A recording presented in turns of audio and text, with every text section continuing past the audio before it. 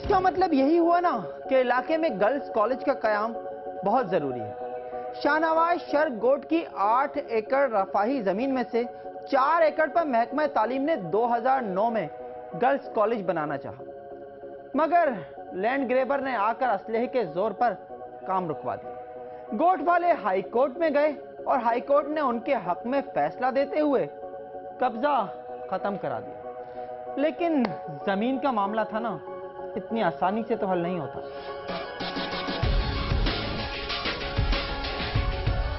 दो 2010 में जब महबूबा ने कब्जा किया, उसके बाद हम लोग फिर कोर्ट में गए।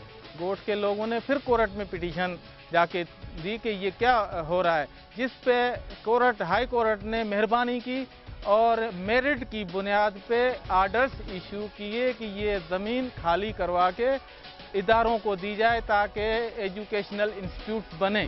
उसके बाद लैंड ग्रेबर्स ने कोर्ट में जाके एप्लीकेशन दी कि हमारी कुछ दरखास्तें रेवेन्यू डिपार्टमेंट में पेंडिंग पड़ी हैं। कोर्ट ने रेवेन्यू डिपार्टमेंट को आर्डर्स किए कि जी इनकी पेंडिंग एप्लीकेशंस को आप गौर करें, चेक करें।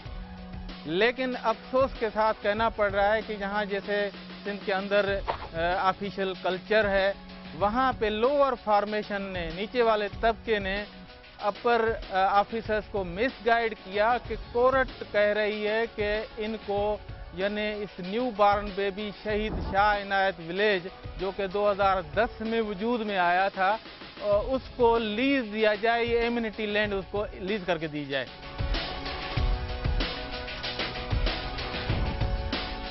शाह इनायत गोट को लीज मिलने के बाद शाहनवाज शर्क गोट वाले भी निचले नहीं बैठे। लेकिन इस सारी सूरत हाल का अफसोसनाक पहलू यह है कि 2 साल गुजर चुके हैं, लेकिन गर्ल्स कॉलेज का तामीराती काम बाउंड्री वॉल से आगे नहीं बढ़ सके। अब इस सारी सूरत हाल में जरा उनकी भी सुन लेते हैं कि जिन पर जमीन हथियाने का इल्जाम है, और उनकी भी कि जिन पर जमीन वागुजार कराने की जिम्मेदारी।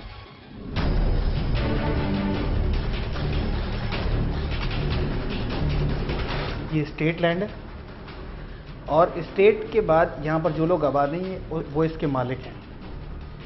जो हमारे कोर्ट में केसेस चल रहे हैं उसमें उन्होंने साफ साफ लिख कर दिया है,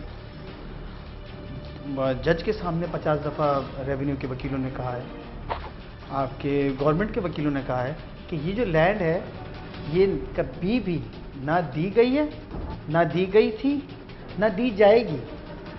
अब तो दे भी नहीं सकते, क्योंकि ये 20 एकड़ लैंड शहीद शाह इनायत विलेज के विलेजर्स को अलॉट हो चुकी है। उसका अलॉटमेंट ऑर्डर है हमारे पास। ये कॉलेज जो है, ये कॉलेज 2.25 एकड़ पर है जो कि रेवेन्यू डिपार्टमेंट ने अप्रूव किया है, ठीक है। उसकी लिस्ट हमारे पास है। ये प्रोसेस जो है ये एंटी इंक्रोचमेंट का, ये आज से नहीं चल रहा। ये जब से एलोकेट हुई है या रिजर्व हुई है, 4 एकड़ एक गर्ल्स कॉलेज के लिए हुई है और 4 एकड़ जो है वो ह्यूमैनिटीज़ के लिए। गर्ल्स कॉलेज वाली जो रिजर्व की गई थी, एजुकेशन डिपार्टमेंट को हैंडओवर कर दी गई थी, पोजीशन भी दे दिया गया था हमारे रिकॉर्ड के मुताबिक, और वहाँ पे वर्क्स एंड सर्विसेज वालों ने वहाँ पे कंस्ट्रक्शन भी शुरू की थी, जिसको पहले ये जो लैंड ग्रैबर्स हैं उन्होंने रेजिस्ट किया था। जब से ये टेंशन शुरू हुआ है, हमारे इल्म में है कि यहाँ पे लोग जो हैं वो कभी चले जाते हैं, कभी आ जाते हैं, कभी चले जाते हैं। ये सिलसिला काफ़ी अरसे से है, लेकिन असिस्टेंट कमिश्नर ने 1 महीना पहले प्रोसेस ऑफ एंटी इंक्रोचमेंट वो शुरू कर दिया है। एक महबूब अब्बासी के शख्स है जिसके नाम नोटिस इशू हुआ है।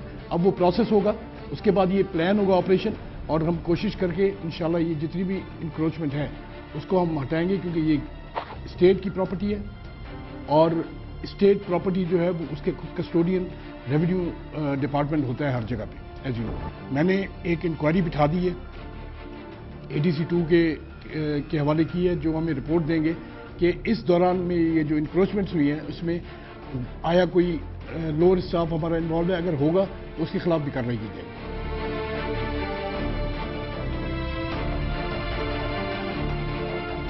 हम किसी के हक में हैं और ना ही किसी के खिलाफ। क्या हो रहा है और किसका क्या मौकफ है, ये आपके और हुक्काम के सामने रख दिया है। अब क्या होना चाहिए ये बताना हमारा काम नहीं। हाँ, इलाके में एक कायम सरकारी स्कूल के बारे में ना बताया तो पेट में और दिल में दर्द होता रहेगा।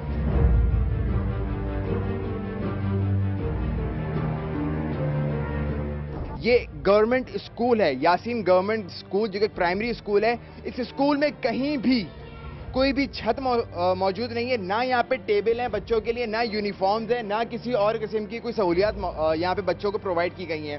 یہاں پہ اسٹوڈنٹس بیٹھے ہوئے زمین پر پڑھ رہے ہیں، جبکہ اس علاقے میں اسکول کا پلاٹ وغیرہ سب کچھ سینکشن ہے. قبضہ ہونے کے باعث اب ان کے پاس وہ اسکول وہ جگہ پڑھنے کے لیے نہیں ہے، نہ وہاں پہ کسی قسم کی کنسٹرکشن ہو سکتی ہے. کنسٹرکشن اسٹارٹ ہوئی تھی لیکن رک گئی. یہاں کے جتنے بھی ٹیچرز ہیں سارے گورنمنٹ امپلائیز ہیں، ان کو یہاں پہ صدر سے ٹرانسفر کیا گیا کہ یہاں پر اسکول بنایا جا رہا ہے، یہاں پہ آ کے وہ اپنی ڈیوٹیز انجام دیں.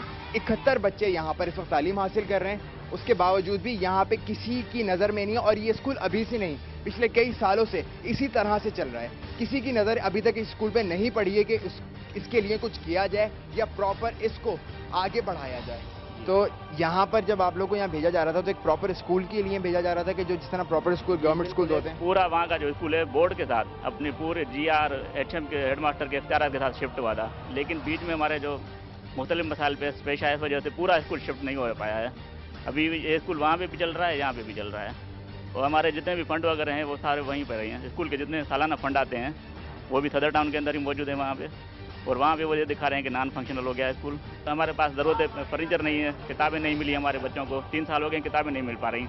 وہاں کے لوگ کہہ رہے ہیں کہ گلشن ٹاؤن والے آپ کو دیں گے، یہ کہہ رہے ہیں کہ آپ صدر ٹاؤن سے آئیں وہاں سے آپ کو کتابیں ملیں گی. ہر ایک اپنے ذمہ داری بری و ذمہ ہو جاتا ہے، دوسروں پہ ذمہ داری ڈال دیتا ہے کہ جی یہ گلشن ٹاؤن والوں کا مسئلہ ہے. گلشن والے کہتے ہیں یہ صدر ٹاؤن والوں کا، آپ کا کوٹا نہیں آیا کہاں پہ بھی.